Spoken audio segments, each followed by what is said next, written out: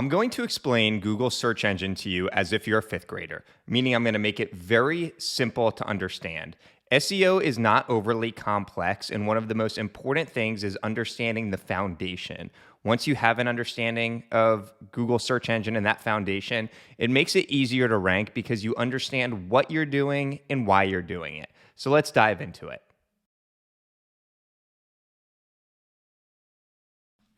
When it comes to SEO, I like to always start with the overall authority of your website.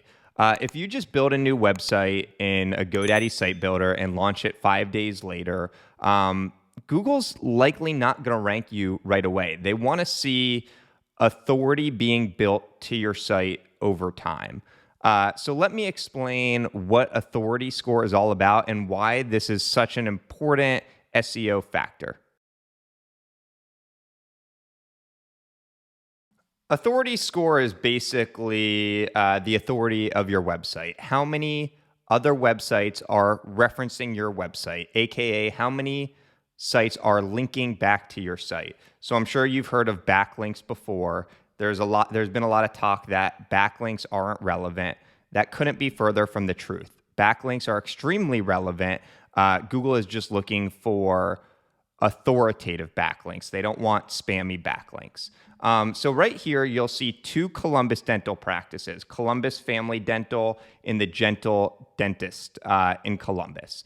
Columbus Family Dental is ranking #1 overall on Google, where the Gentle Dentist is on the 3rd page. Well, when you look at the authority score of their two sites, you'll see that Columbus Family Dental has an authority score of 20, where the Gentle Dentist has an authority score of 10. This is a direct indicator to how well you're going to rank on Google. There are a lot of other factors that I'll get into, but this is the first thing that I look at when a prospective client calls into us and is looking for SEO. Because if they have a good authority, meaning they have backlinks pointing to their website, on-site changes are going to be easier. Whereas if a company contacts us and they have a brand new website that we're launching, it's more of an uphill battle because they have to build that authority.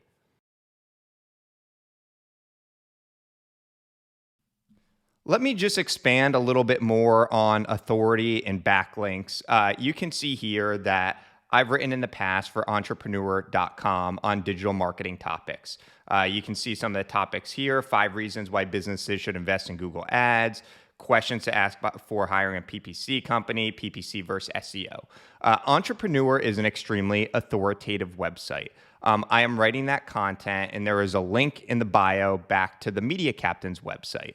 So in Google's eyes, they are now seeing the Media Captain as more of an authoritative site because a powerful site like Entrepreneur is linking back to the Media Captain. So that is how authority is built. There's a lot that goes into backlink strategies, but at a very high level, you need authority in order to rank well, unless you're in a non-competitive market. The philosophical reason why Google values backlinks is because it builds authority. They don't want a fly-by-night roofing company opening in Dallas, Texas. Sure, they can write great content for their website, but that doesn't mean they're a reputable company. Whereas the company that's been in Dallas, that roofing company for the past 15 years, that has links pointing back to their site, there's a much greater probability that it is a more reputable company than the one that just opened. So Google wants to see companies building authority over time, and that's going to give you a better likelihood of ranking.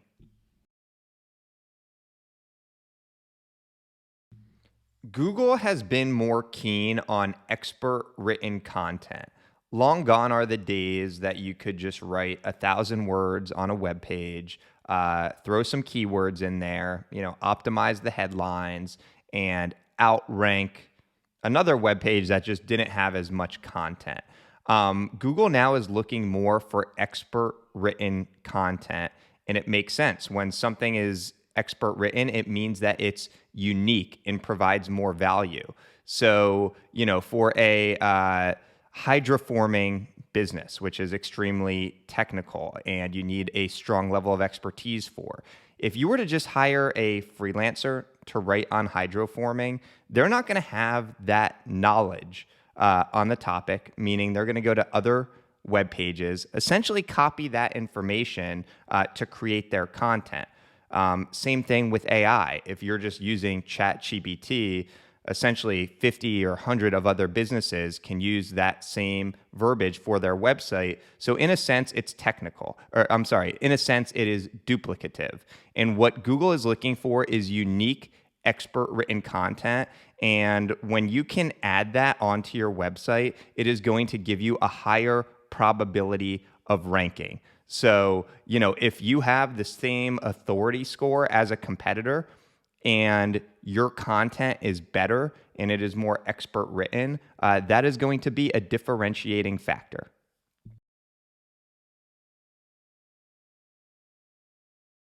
You can't half-ass it when it comes to content on your website. And I know this video is intended for fifth graders, so my apologies. But I love showing this example here. If you have 100 pages on your site and 70% are low quality, 20% are mediocre, and only 10% are of high quality stature, Google will look at your website holistically, and they will say the majority of pages on your site are not relevant. Therefore, we are going to ding your site. And they can do this algorithmically, tanking all of your keywords. We see this very frequently in blogs. People think, not only blogs or AI-generated content, but with blog posts, people think that frequency matters, so they try to churn out a lot of blogs, and they're not putting much emphasis on the quality. Well, what happens is that the pages on your website over time, low quality starts to outweigh quality, and that can really be detrimental from an SEO perspective. So earlier I was talking about high quality web pages and making sure it's expert written content. It's really important because if you don't do that, you're going to be in the doghouse for Google.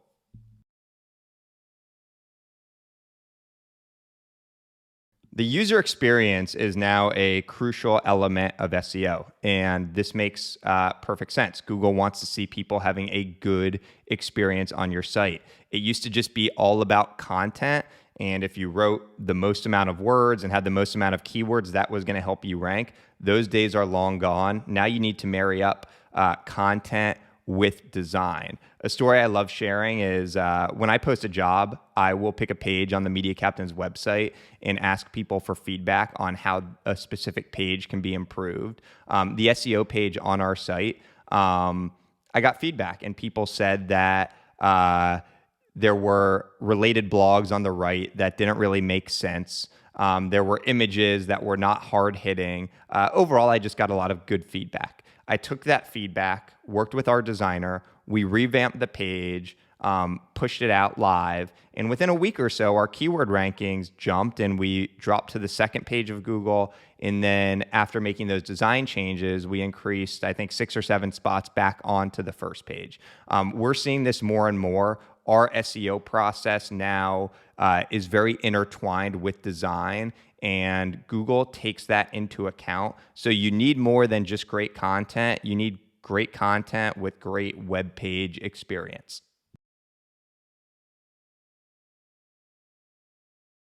Just to give you an example of the design enhancements that went into the SEO page that I was talking about, some of the feedback that I got was that there wasn't enough personality on the web page, and that the images felt too stock-esque. So my business partner and I, who happens to be my sister, we incorporated a photo of ourselves.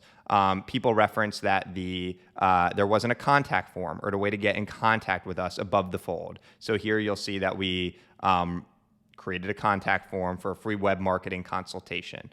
Moving down, Google likes to see trust indicators. So we included links to our reviews on Google, UpCity, and Clutch, and you can click on those and see the reviews. So those are examples of improving the user experience that we took into account. And actually, we reduced the amount of actual verbiage on the web page and made it more hard-hitting because that was some of the feedback that we got. And again, we saw an uptick in rank.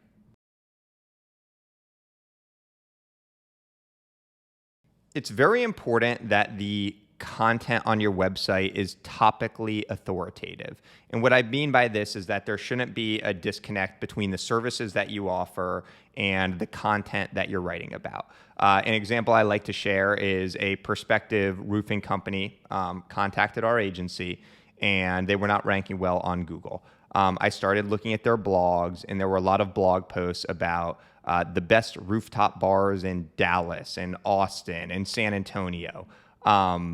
Is there a little bit of correlation between a rooftop bar and a residential roof? Possibly, but the content seems forced. And another example is that for our agency, the Media Captain, when I first started this company 14 years ago, I was blogging about sports and media because it was something that I was interested in. Is there a little correlation between marketing? Sure, but there's a disconnect between our main services. So you want your content to be topically authoritative. And a good reference point for this is that for each piece of content that you create, would you share it with a current or prospective client? Again, for each piece of content that you create, would you share it with a current or prospective client? If the answer is yes, there's a strong probability it will be topically authoritative. If no, going back to that roofing company, if a customer calls in need of a residential roof, you're not going to share an article with them of best rooftop bars in Austin. There's just a disconnect there. And when your content overall on your site is synced together and is topically related and authoritative, that is going to appease Google's search engine.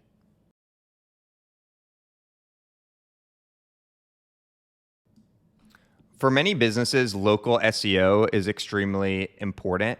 And it's just important to understand that for local SEO, you can rank in what's called the local pack. And that is where there are the star ratings, the address, which you're seeing right here. Below the local pack is the organic listings. And those are pages on your site. So there are numerous different ways that you can populate on the first page of Google. Again, there is local pack, which derives from the Google My Business page, and there is also organic listings. And it's important to know the difference between the two.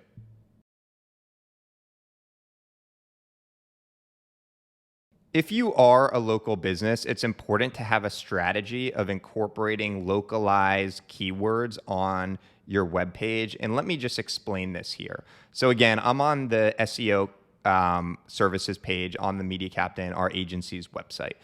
You will see that our headline is Columbus SEO Company, and the H2 is ROI driven Columbus SEO Company.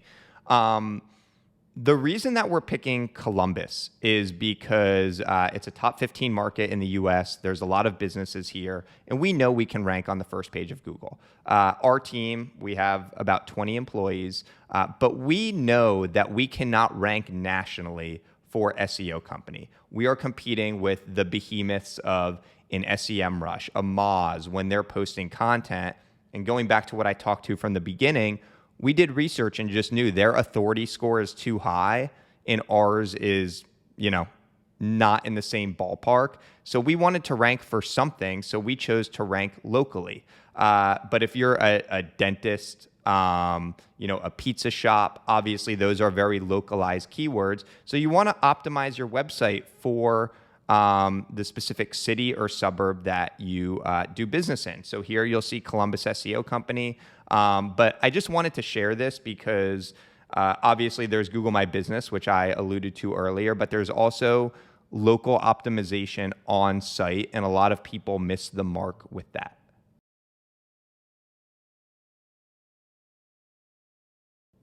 There are many SEO myths out there, and I want to put this to bed because a lot of them aren't true. And I've hit on a lot of these earlier, but the myth that backlinks don't matter anymore, they still do, just relevant backlinks. Some people think that if you do more paid traffic, it's going to help improve your keyword ranking. That is not the case. Some people think that they can scale SEO content efforts with AI-generated content. AI is great for ideas and summarizing interviews, but if you're just taking content from AI, thinking it's going to improve your SEO, that's not going to be the case.